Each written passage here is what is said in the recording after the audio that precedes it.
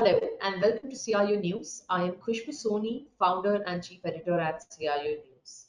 This is our exclusive interview series with the healthcare industry. We're talking to the CIOs and the CTOs from the healthcare industry, which is powered by Goto. It is a recorded session and will be available on our website, that is cionews.co.in, and our CIO News LinkedIn as well as YouTube channel. It is my pleasure to invite my guest for today. We have Mr. Kapil Tyagi, the Chief Technology Officer from Artemis Hospital. Kapil has 15 plus years of experience working with leading brands like Max Healthcare, Bliss Medical Center, Medbook Kenya Limited, and many more. He's been driving the entire technology leadership team in Artemis Hospital. Kapil, thank you so much for joining, and we're really looking forward to having this conversation with you. Yeah, thank you, Khushbu Soni. It's my pleasure to connect with you guys. Thank you so much for hosting this interview for today. Thank you. Pleasure's all ours, sir. I also want to introduce my other panel. I have Triveni Rabindraraj, India sales head from Goto. Triveni has 20 plus years of experience across business development, strategic alliance, and people management. Triveni has worked with brands such as Wipro, Dun& Bradstreet, City, and many more. Triveni, welcome once again. Thank you, Khushbu. Pleasure being here, and really looking forward to great interactions with Mr. Kapil. Thank you.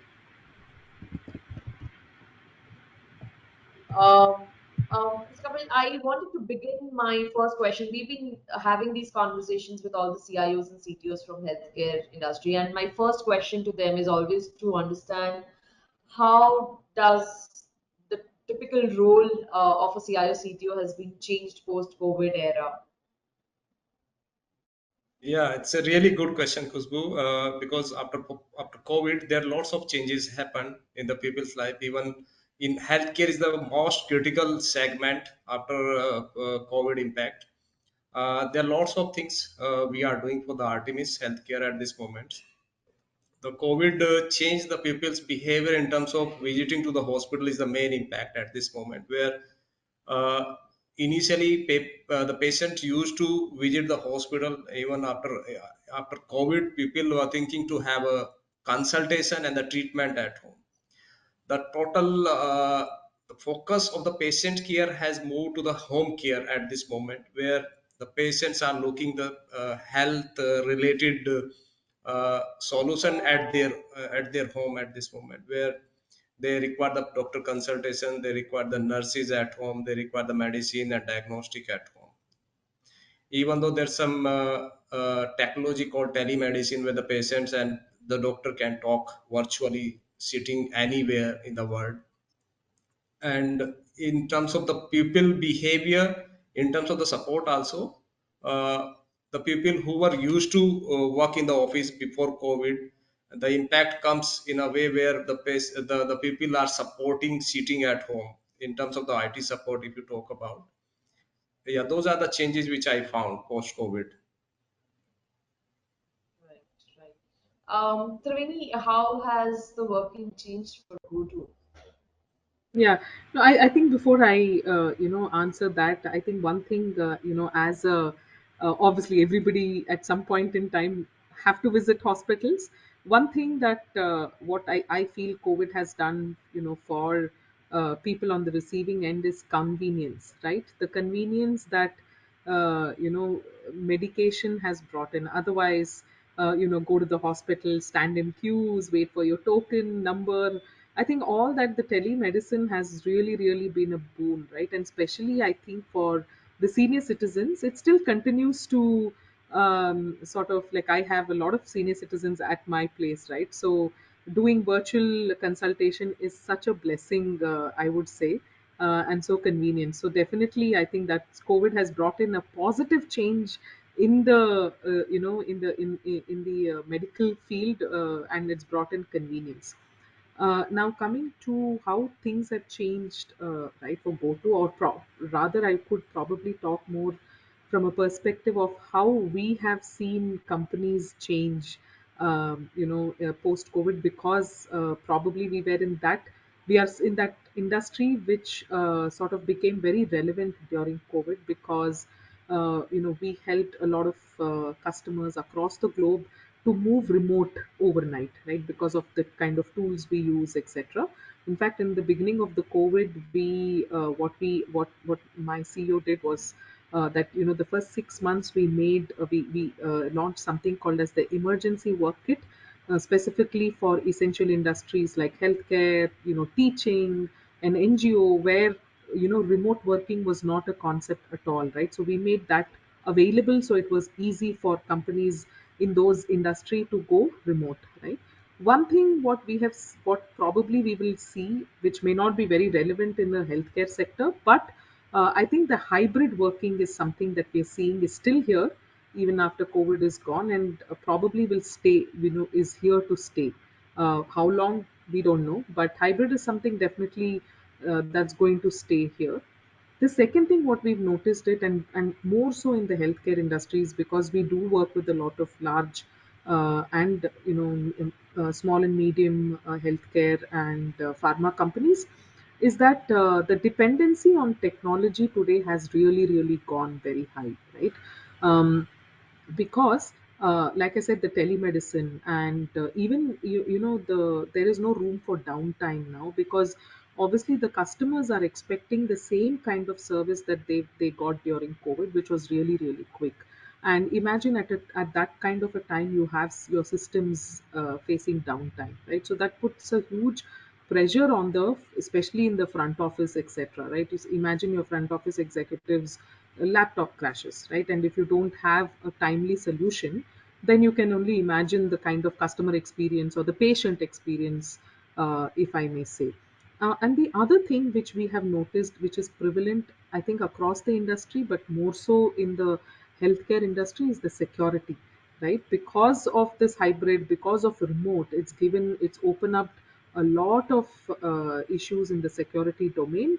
And every other day we are hearing of so many breaches, etc. Like, I think the AIMS one is the infamous one in the healthcare sector, right? Which is where the impact was really big, right? Because the healthcare industry deals with the PHI level data, which is so sensitive, and it needs to be so confidential. But malicious actors are really sort of looking at attacking that level of a data, right? So having tools in place which probably does not give access to PHI data, etc., is something that we are seeing is the need of the hour, and obviously being HIPAA compliant, and the GDPR compliant, etc. So these are some of the changes that what we have seen, Khushbu. Thank you so much, Triveni, for putting that point across.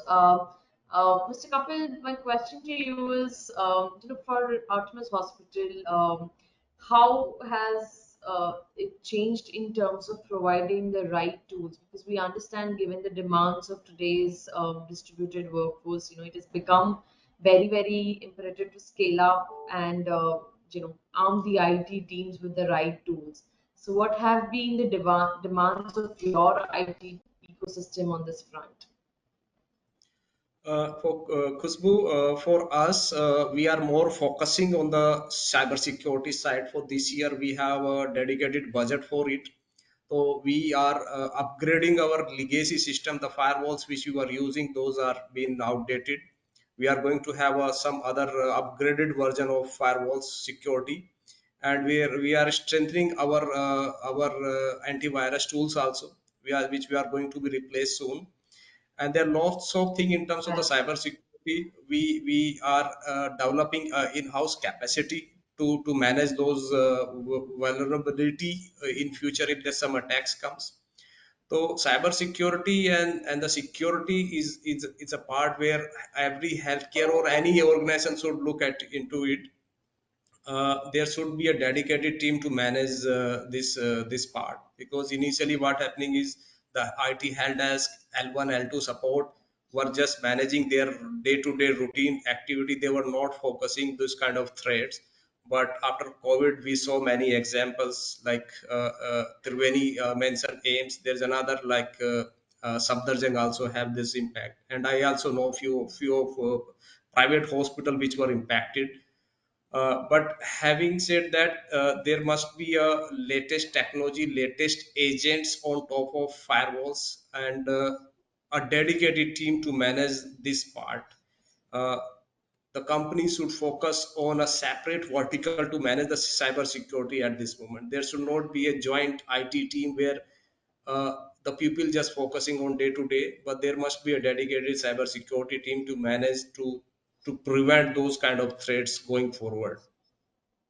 Absolutely, absolutely. And Yeah, all the more, there is so much of pressure on the healthcare industry to ensure that the sensitive data, the personal and the health information is protected, right, of the yeah. patient. So, also wanted to understand, I mean, from the remote support per se, Kapil, are you confident that the remote support software that has been currently used keeps the data secured? Are these technologies HIPAA, GSPR, PII, or PHI compliant?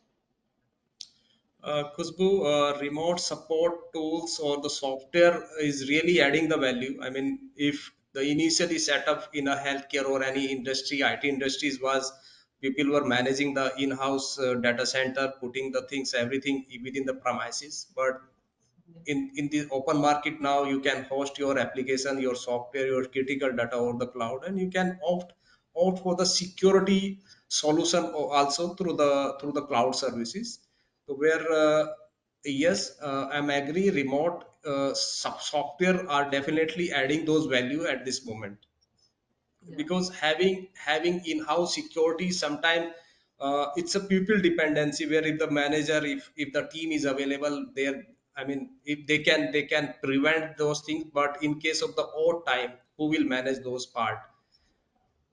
Yes, I'm agree with you. Remote support softwares is really adding the values into the industry.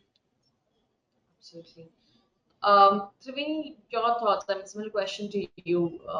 Security being one of the top priorities across organizations. What are the standards by which an IT support tool should appear? Yeah.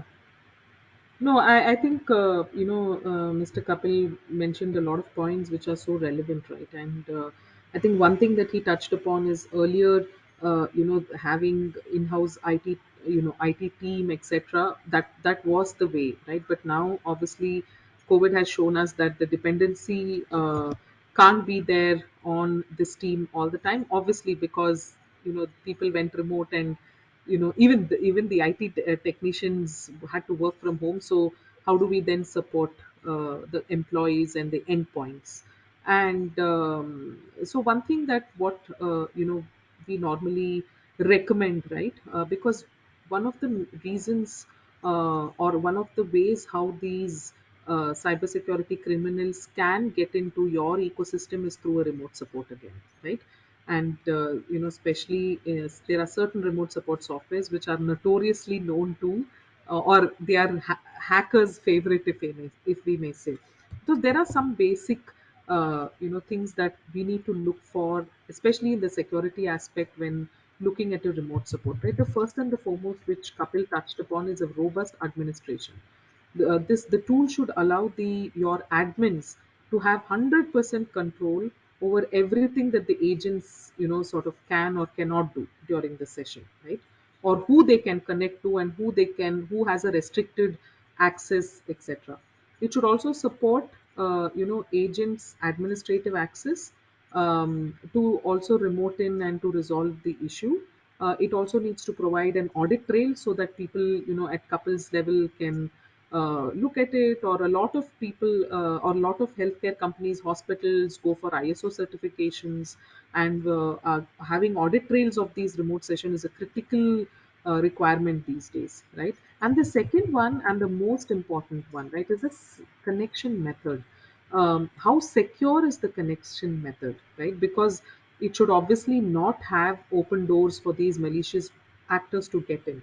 So the it should be able to block that from connecting to your block these cybersecurity criminals from connecting to your employees and your end custom patients.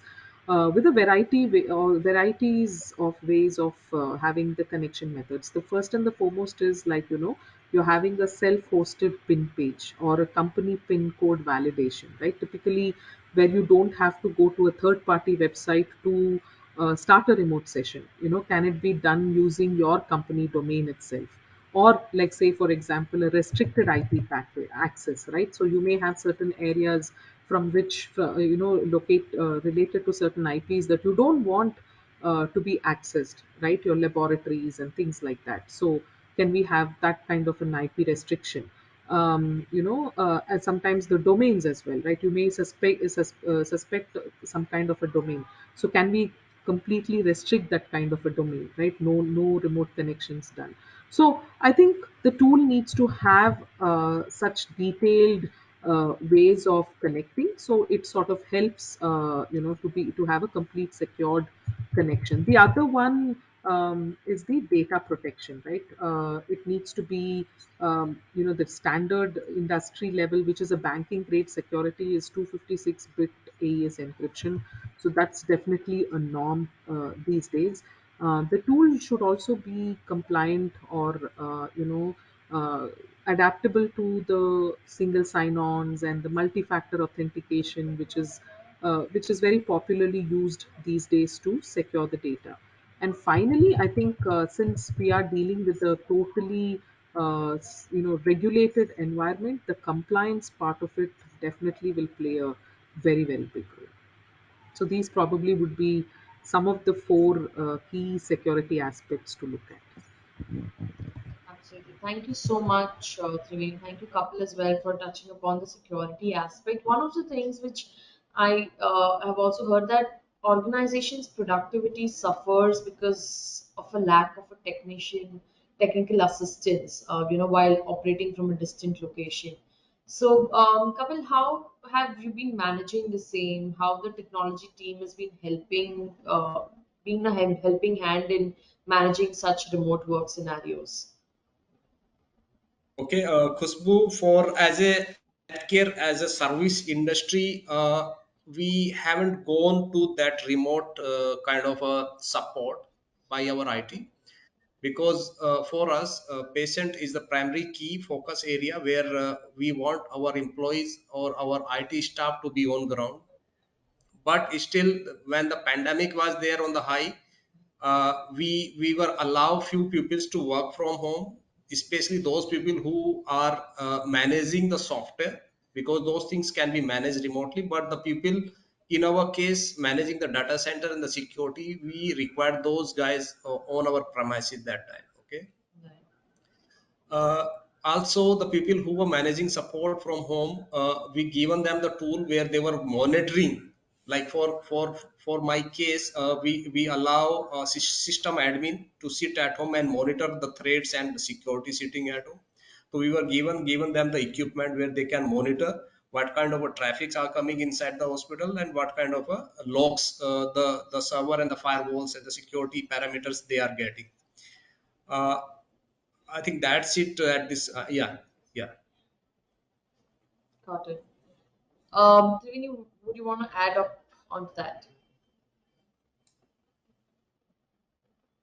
Yeah, sorry. Yeah, definitely, right. I think, like I had mentioned, systems, the downtime is definitely not accepted. So, one thing is, having access to tools which have, track record of a great uptime. Like, one of our plus points is, and we publish it very openly, is that our uptime has been 99.999%, right? That's been the uptime. Because in essential industries, there's no room for saying that our systems are down, right? Even a minute can create a big chaos at the hospital. Or imagine, some critical operation is going on and your systems are down. I mean, this is the matter of life and death, right? So it is extremely critical. So how can we ensure that the proactive, I think, being more than a reactive support in the current scenario, right? Like Kapil mentioned, people are if this industry cannot probably have hybrid, right? Because it is essential for people to be on ground. However, how what about the maintenance of the systems, right? Because we need to be proactive. So the proactive support plays a very big role. Endpoint management, that plays a very very big role, right? Remote access, like he rightly mentioned, right? Updating your endpoints, updating your servers, ensuring that the patches are done on time, like updating one to many updates, etc. I think those kind of stuff is going to be very critical, and it's really going to be a big differentiator between one brand of hospital to another brand of hospital, right? I think having the right kind of endpoint management is definitely, I think, the need of the hour. Got it. Fantastic. I think it's been a great conversation so far. I have my one last question for you, Kapil. From the healthcare per se, if you would like to share, some of the best practices or the trends that you observed that you would want to share with our fellow CIOs from the healthcare industry through this episode. Yeah, Khushbu, definitely. I have one use case where we are very, I mean, in terms of providing the best and good patient service by the Artemis is we have a PHR, Patients Health Record app. So what we are doing is we are registering our patients. We are insisting them to register on our portal, download our app, and so that they can get their medical history and the records through the app only. So once the patients comes, we provided the barcode scanner, barcode sticker at our help desk and our front office department where they can scan, they can download. The best part of the app is once all the treatment is done by the hospital, the patient sitting at home can see all their real-time lab report, diagnostic, and other services sitting at home. Even the patients can book the appointment sitting at home, paying the appointment fee sitting at home. So the value added by this app is once you book the appointment sitting at home, there's no need to come here and book the queue management ticket. You just directly go to the doctor consultation room at the suggested at the book time. That is the big value for Artemis.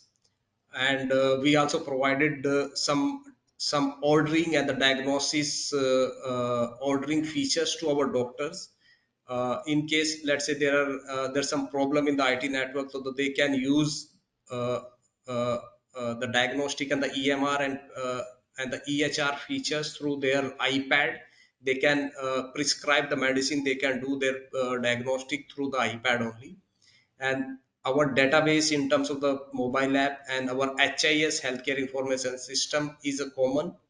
We in case any power failure, in case of a network failure, we provided them SIM based internet based iPad so that they can continue the patient's treatment, and the patient can get the treatment on time, can go home on time. So this is the best feature we provided to doctor as well. There's another best feature we provided to our billing department. In case of any outage, the billing department can do the billing through the iPad or pad, and in this case we patient will not suffer in terms of the treatment. Yeah, that's the best feature we developed in last 2 years for Artemis. Fantastic. I think a great use case that you shared, Kapil, and I think that there is if there's a success, I'm sure a lot of our viewers would be interested in knowing on that. Fantastic. Triveni, any last pointers from your side before we end the episode?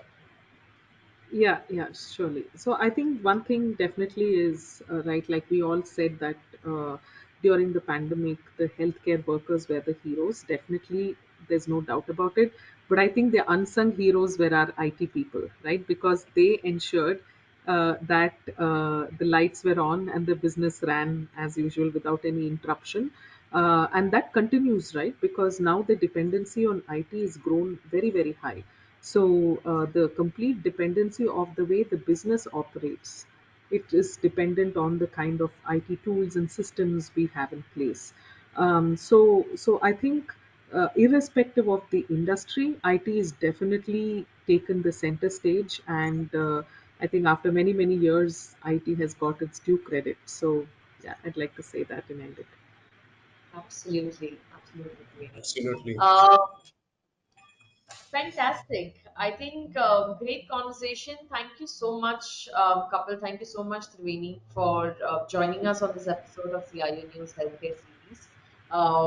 I look forward to having many more interactions with you in the future. Yeah.